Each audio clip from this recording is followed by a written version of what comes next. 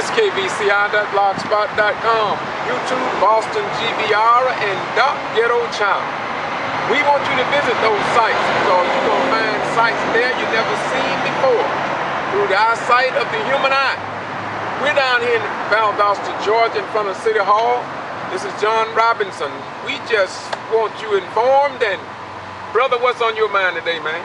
We've been traveling across the city, looking at the housing situation and talking about employment and our children and the construction industry, as well as HUD, and as well as the impediments that were just identified by G.B.R.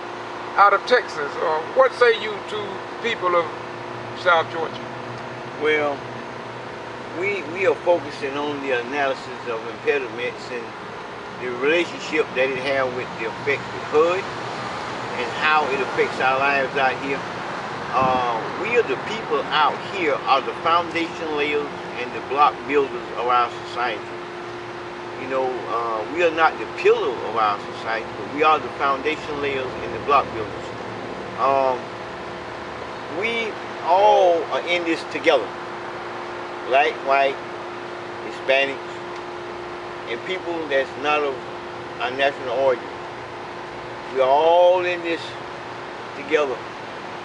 And therefore, we don't want this reflected as color, color coded. But we want it to be reflected as what it really, really truthfully is. And what it is integrated segregation. Integrated segregation is the most devastating thing in the United States of America this day. Integrated segregation means that there's a group within a group that's screened out because of its classification as being a specific type of a group, and that group is low income. Low income. See, so a friend, when we go to talking about the impediments of the low income, that reaches out and touches the lives of many. Not just the black, but in these communities, just so happens the majority live there is black. And we realize that the black community have its own embedded history, okay? And we can go off onto that, and it can single itself off to its own individuality because they do have an individual history like no one other on the planet. Not even that our Jewish brother went through. We know he faced the Holocaust. But when Adolf Hitler was doing the Holocaust, it was a segment within 6 years. Okay? But we're talking about a duration of time of 435 years. Okay? As far as our black history. But we are not here to discuss our history. We are here to discuss integrated segregation based upon the analysis of the impediments of the low income, which the majority that lives in these communities are black. And the impediments, it points it out as a black and white issue, the way it calls it out. It involves Hispanics, but you can elaborate on how it points it out. Well, all you have to do is look at the jails, prisons, the educational system, how many black falling through the cracks, and it all has a direct impact on the money that's coming in here through the paving of roads, construction. It's just that simple. No matter where it is, it has a direct impact on our children, and coming generations of children. I think that Councilman Wright said it right, or best, at the meeting. It is all of our responsibilities. And so at this meeting on the 17th, he called for some of the leaders in our community to familiarize the community with the impediment studies here in Valdosta. And it's amazing. 50-some people came, and they all was concerned. We even had one pastor, John Manning, asked a very pertinent question. And his question was, why is it, or how is it that other people on the council cannot stand up and address the issues before it's too late? In other words, why do they wait till the last minute to bring the issues before the people when it's already a done deal? Well, we can look at that more than one way. We can look at it as being a coward heart, or we can look at it as if it's something that's been going on and they done took it to be the norm. Okay? Can't be one or the two or the other. It's either they're afraid to speak out against the system because they know the retaliation of the system, or it's something that they've been going along with for all these years, and they figured that it was going to happen again this year, but Mr. Wright surprised. Doc, why do you think anybody would be afraid in 2012 to speak out on any issue? What are they afraid of, my brother? Lowndes County. Lowndes County what? Now the people, the leaders, the power brokers, the fact that they may not be able to get the network of the system in Lowndes County, that if you're not in the cliques or the sneaks, but then you're subject to be out of this county. If you got a business, you get to kill your business. If you just a common citizen of a livelihood, you're gonna catch hell the rest of the stuff of the way until you get up out of here. Okay, because of the good old boy network system. And that's just the facts of it. I mean, we here discussing the impediments and looking upon it based upon the analysis and the analyzation that was ran upon it. And it's all because of this system. It's the good old boy network for 154 years, man. 154 years. You sitting right here. And HUD need to understand this, is the man that in 2004 took the old slave mentality charter off of the walls. In fact, we are sitting out in front of City Hall, okay? And on this City Hall wall, this man here had this, how did the thing read? The mayor and council shall pass all proper and necessary laws and ordinances for the control of slaves and free persons of color, and to control, suppress, and abate all nuisances arising from hogs, dogs, horses, and other animals straying at large in Valdosta. And that was in 2004, and it would have been there to this day, except in that Mr. George Boston Rhines here requested that they remove it and demanded that they remove it, okay, from the wall. And up to this day, we only have one out of 154 years, one black mayor on the city wall. He done kind of like a stain on the wall in there. And he was only there for 4 months, not because he was voted in or elected in, it was because there was a default in one of the other mayors, and he had to step down and he was an acting mayor. Well, then he became our pride for 4 months. So, you know, this place have a system that HUD have to understand that the impediments have not been addressed. They need to be addressed in such a way that it can make a change and a difference here. We don't want to fight, but hey, what other choice do we have? Where do you think, Doc, that somewhere, or do you think it's possible that one day the federal government and HUD will put some teeth into the program? When I traveled to Atlanta, I said to Mr. Clark and others that if HUD remains as a dog without any teeth, then we just need to get rid of HUD altogether. Now, I know that's kind of bold and blunt statement to make, but when we look at all the money that's flowing through here, and we've shown you over in Troop Street, we've shown you how, and Councilman Wright, I hate to keep referring to him because there are other people on the council who can speak up as well to take some of this pressure off of one council member, but they all sit there and say nothing. As Pastor Manning said the other day, he said that why aren't Mr. Councilman constituents standing up along with him for what is right here in Valdosta? See, they know that if HUD or someone don't put no teeth in it, when you file a complaint, you become like a dog chasing his tail, you know? And that's round and round and round the circle. But I do believe that with all the evidence that we have, all the evidence that's going to be produced, factual evidence, is going to show the disparities that exist here, that someone will have to make an admission, or it's going to be just like what you were saying, it's going to be obvious that the program do not work. We probably will be looked upon as some as rebel rousers, troublemakers. But if these facts were not in our community, what would we look like complaining about something that we didn't have proof of? Wouldn't we look silly?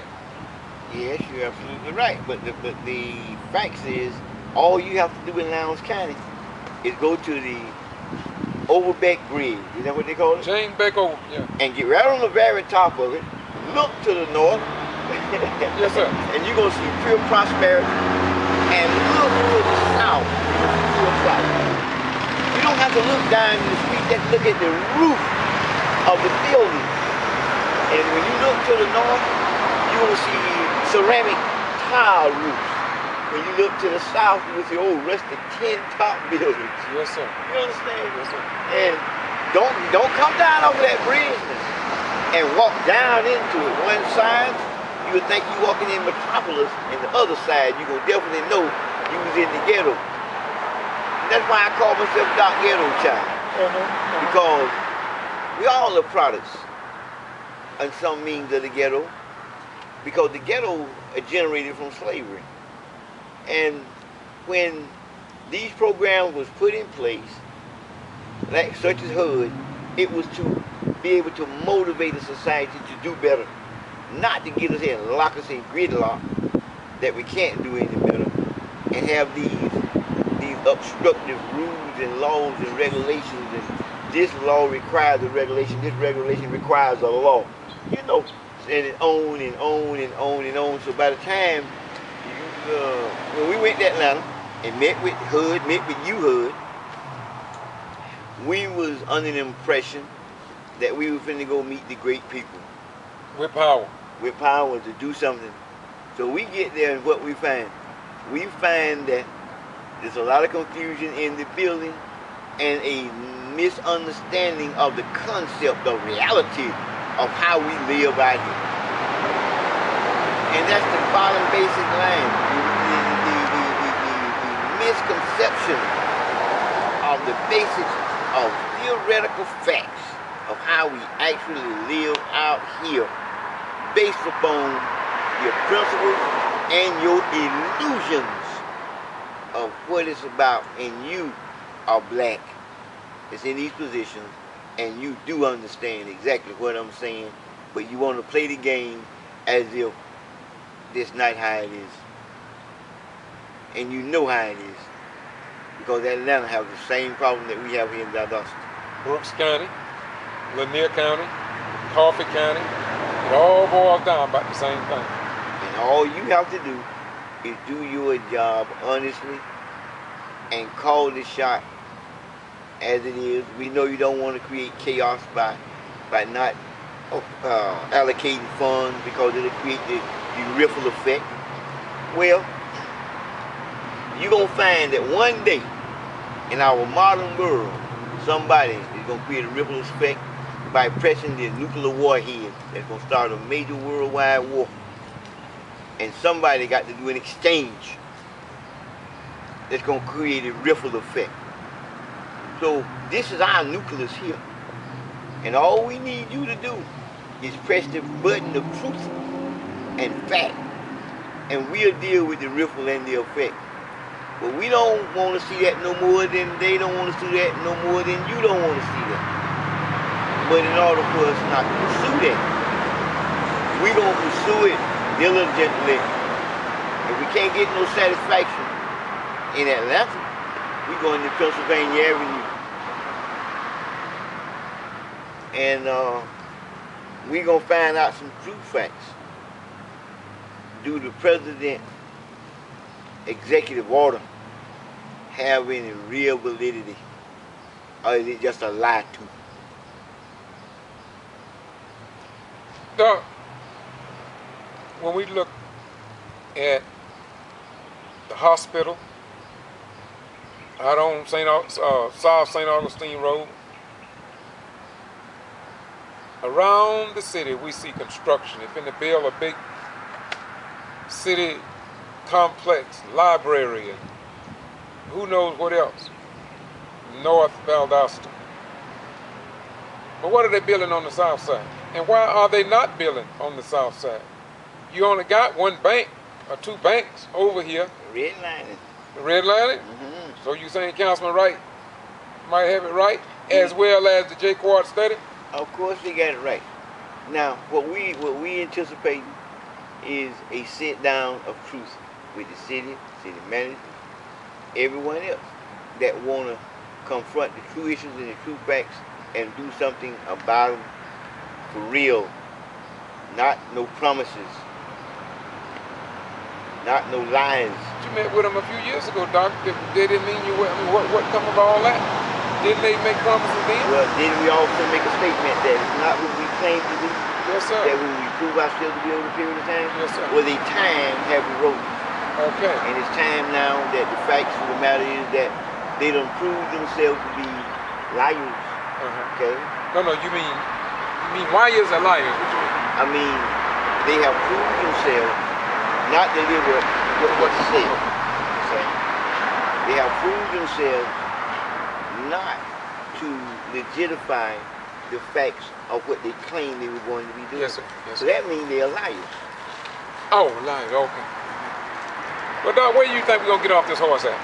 And do you think we gotta do another century before we can bring this to a resolution? No, I honestly believe that in spite of me calling them liars, we can still sit down face to face and have that real conversation because, hey man, look, he know he a liar.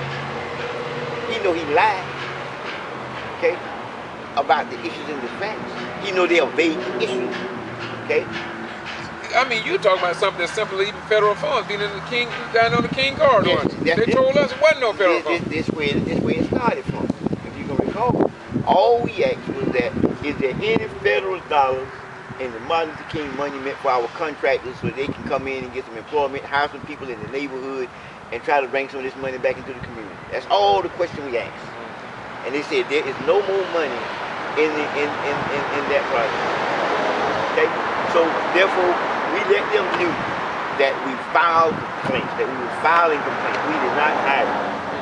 Why do you think all these intellectual black, African American, and white people can sit in the community and watch our children be excluded, as well as the parents, from the mainstream of the political power here in Valdosta and Lowndes County? What say you about them, including elected officials? I don't think that they like what they see. Okay. I think that they were just hoping that somebody else would step up to the plate and do it for them. Okay. And you know, like you'll be a place and you go to a big meeting and you got something you want to say, but you hope somebody else will raise the issue. I think that's basically one of the major problems here. And now let's be for real. There was 5,000 people voted in this election. Out of 30,000, what about the other 25,000? Huh? Yeah. That's a statement within itself. Yes, sir. Okay? That they do not go along with this program. So somebody needs to hear some real talk now. And I'm talking about for these other 25,000. Maybe I'm not speaking in nobody's behalf. Yeah. Okay? But hopefully that those other 25,000 can understand the real raw truth of the fact of the matter that they've been lied to, manipulated, and bamboozled, and anything that you could name from right here, this building right here. Yes, sir. Okay? And I think that it's time that HUD and everybody come together and we sit down, and if it's got to be with Larry Hampton, if it's got to be with Myra Register, with whoever these people may end up being, whether they sustain their jobs lose their jobs, whatever the case may be, is that we got to sit down and become solution finders. In spite of if you're pissed off because I called you a liar, in spite of if I get pissed off because you called me an agitator, I call you an agitator.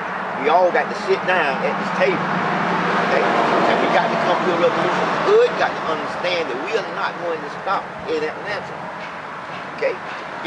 So excuse me, interrupt. So you mean to tell me that even Miss Priscilla and the black administrator in HUD in Atlanta, what you are saying to me is that the same statement that we gave the city and county here is that we are not who we claim to be, but who we prove ourselves to be over a period of time.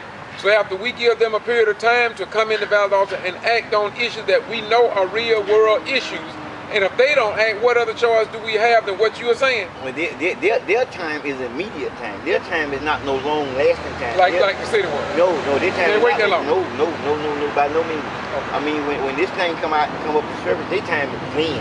In other words, your time is now, okay? And they're gonna have to respond to right. Like simply, we're just going to Pennsylvania Avenue. We just gas up, fuel up, and go to the airport and sit in Washington D.C. like we said in Atlanta. Yes.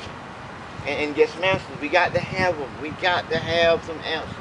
And I don't believe the ones in Atlanta want the ones in Pennsylvania Avenue to really find out that they really don't know what they're doing. And I don't think the president wants to believe that his executive order don't have any power. That it's just something on the constitutional book. That's a constitutional statement. Okay, it's part of the amendment of the Constitution. Okay. That says that no individual, okay, on American soil, I'm not quoting it like it said, but it means no individual that step foot on American soil. That means the seas, man, the high seas, okay, that when you go down underneath the ocean floor and touch that ground, that belongs to the Americans. But you mean, so really, I'm gonna kind of regress a little bit, but according to what you just said, all these answers and the AI report here that have been given, even to HUD, there's a great possibility that they haven't been answered. And so if they haven't been answered, the HUD seem to have a responsibility. Miss Priscilla and Mr. Clark and the rest of them should go through these things to make sure that when this city give a response, there should be a valid response to it. You military. Yes, sir. Right? Yes, sir. You didn't just have a responsibility. The first thing you had was a duty. Yes, sir. Am I duty right? and obligation. Yes, sir. Okay, well that's what they have, my friend. Yes, sir. Yeah, okay. That's what they have. Yeah. But why it's been going on all these, I got the capers for 2006, 7, 8, 9, 10, and now 11. And so why has there not been, why people been running around with false teeth instead of real teeth and making sure that these money, and you see, we gonna get specific, y'all. We gonna get down to the real nitty gritty. We gonna show beyond irrefutable evidence. We gonna present irrefutable evidence of issues and pinpointed in these documents, wherein the answers to the questions was only fillers. Was only fillers with no change and no teeth. Right. Only fillers. Only fillers. So it is what it is. Sometimes, Doc, I get frustrated, man, when I look at it. I didn't know nothing about all this here. I remember, Doc, before we close this out, I remember Councilman Wright. I give the brother credit, because I remember, man, probably in the late 90s, he was on this case. I'm talking late 90s, man. And yet, 12, 13 years later, like it's worse now than it was when he first started crying. When we find out that in 2010, he sat down with the city manager, Larry Hanson. You said something at the meeting. Yeah, you don't bite your tongue, do you, bro? No. When he sat down with Mr. Larry Hanson, same one we sat down with. Yes, sir. Okay. When we sat down with Mr. Larry Hanson, why he didn't tell us about the sit down he had with Mr. Wright, if he was all due honest with us? When we sat down and asked him, had he ever called a man a nigger? Yes, sir. You did that. Kind of you stuff. did that. It's on. We got tape on that. And get a response, and our response to that was, you know, defining that word and understanding the morals pertaining to that word, because rap artists can use it and make millions of dollars. Yes, sir. He can use it and be sued for millions of dollars. And it depends on how he's using it. Is he using it with malice? And then if the rap artist get up there and he would you say this is malice, nigger, killer, cop? Would that be malice? That could be termed as malice. Okay? But he'll still make millions and millions of dollars. And then a police officer do get killed on the street. Then you find a young man trying to walk through his neighborhood with what this stuff was, Skittles and hood on. And hood on. So you find all this out here in this society. Okay? So when we sat down with Mr. Hanson, could he not have just said, you know, being all honest with you guys, that I sat down with Councilman Wright a year ago? Because this was in 2010. He could have, I believe our conversation was in 2010. He could have said, I just had this conversation with Mr. Wright. But he didn't do that. He went all the way around to tell us that he was raised in a fund, that he lived a lot of time, his parents were military people or something, and that he spent a lot of time. And he hired more blacks up in City Hall than anybody else. You know, so, and like he was snookering us. Yes, sir. Doc, what about the VSAF? You don't hear nothing about VSAF no more. Well, we thought that VSAF was going to be a vehicle or a tool that some of the people that have been locked out for so many years. What happened to our confidence and all these people that gathered here at these meetings? What happened to that? You know what? Or was that a cover for something else? Well, you know what? Maybe we are looking at it wrong. Okay. The VSAB is small emerging businesses. Maybe because so many blacks ran forward as minorities, they decided they wasn't a good program after all. Okay? Because it was a booming thing, because it said small emerging businesses. That meant that any business, white businesses, black businesses, but black folks ran to it as if it was a minority enterprise. And by them doing that, maybe the very reason, because they got a reputation of showing that the word minority was like a curse word here. On the Son of Purdue, for sure. You follow me? And not getting away from the issue. But I do believe that Larry Hanson, Myra Register, Mark Barber, I believe that they constructed a conspiracy. Oh yes, and plot and plan for the power brokers in this city. And that structure was set up and designed to keep the smaller people down, regardless of color, because integrated segregation. You mean to tell me you think they're that smart? I think they were smart enough to construct a plan that was ran by the power brokers that put their children in positions here. If you was to check out the upper echelons of the city, you'll find that this city is ran by relatives. Relatives? People that's kin to one another by you cousins. think so? They're cousins, and they come from these plantation generated years of people of power passed down from this 150 years. Wow. First I heard of that, Doc. But I don't deny it. No. I mean, I may be ignorant to it, but I can't. When you check out the Davenports, and you check out the rise of the people in position here. Now, there's nothing you should fault anyone for. Right. Okay, because when you are in business and you send your children off to become educated, when you send them off to become business people, educated in positions. But it created a very unique power structure. But I guess that's kind of like the military too, brother, in this regard, that if you know that you can work in city government and make $100,000 a year, then, or work up to that anyway, then why not tell your children to go into this, and that maybe somebody down here will hire you, so when you finish your training, you can come right back here and work toward fitting into the big puzzle picture. Now, a conspiracy, okay, because I use the term conspiracy. Yes, sir. Okay, a conspiracy can be, if we got a good motive, as long as you is plotting out schematic schemes to bring about something, that's a conspiracy. Yes, sir. Okay. Now, it can be for or against. Okay. It's going to be for some cause or someone. It's going to be against some cause and someone. Yes, sir. Okay. Now, when your plot or conspiracy become dealing with illegal activities, such as embezzling of funds don't necessarily